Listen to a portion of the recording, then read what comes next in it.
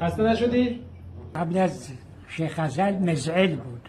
بله. 10 سال شیخ ازل زندان بود توسط برادر شیخ مزعل. انقلاب شد. اسم انقلاب شد ثورة الغدمان. رئیس این انقلاب شخصی بود به نام حسون اهل شاخوره که پسرش شد دونده بزرگ ایران زمان شاه وهاب شاخوره.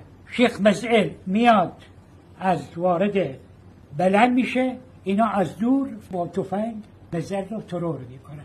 در قصر فعلیه وقت میرفتی که الان خرابش کردن، بالای قصر فعلیه من اونجا چندین ماه زندگی کردم.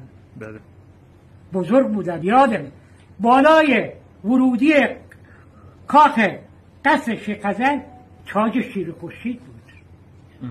اون شیر و خورشید که میگی توی فعلیه بود، اون رو شیخ ازل دستور داده بود نصب کنند یا بعد از شیخ نصب؟ نه خودش شیخ ازل نصب کرد. خودش نصب کرد. بله. شیر و خورشید خودش شیخ ازل نصب که خیلی ها ازش انتقاد گرفتن. گفتنش تو عربی چی کار این علامت داری؟ خب گفت من فعلا تحت اختیار قاجاری هستم. اصلا تاریخ معتقده که شیخ ازل فدای قاجاریه شد. خودم امیدوار شدم از طریق حافظه.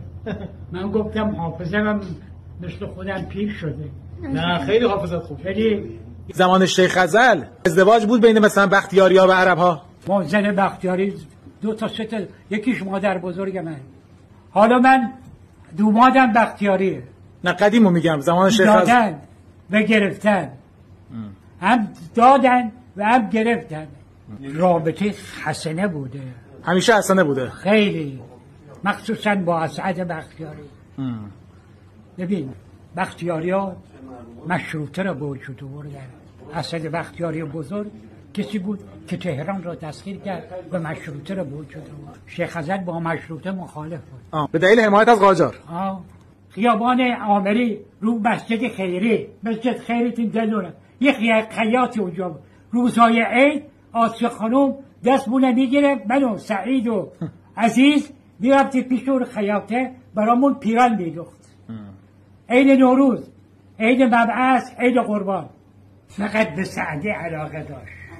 شیخ ازل میگه برو خوشچین باش سعدی صفت تا گرد آوری خرمن معرفت. این شیخ ازله. داییم شیخ چاسبه. این داییم شیخ منصور پدر خانم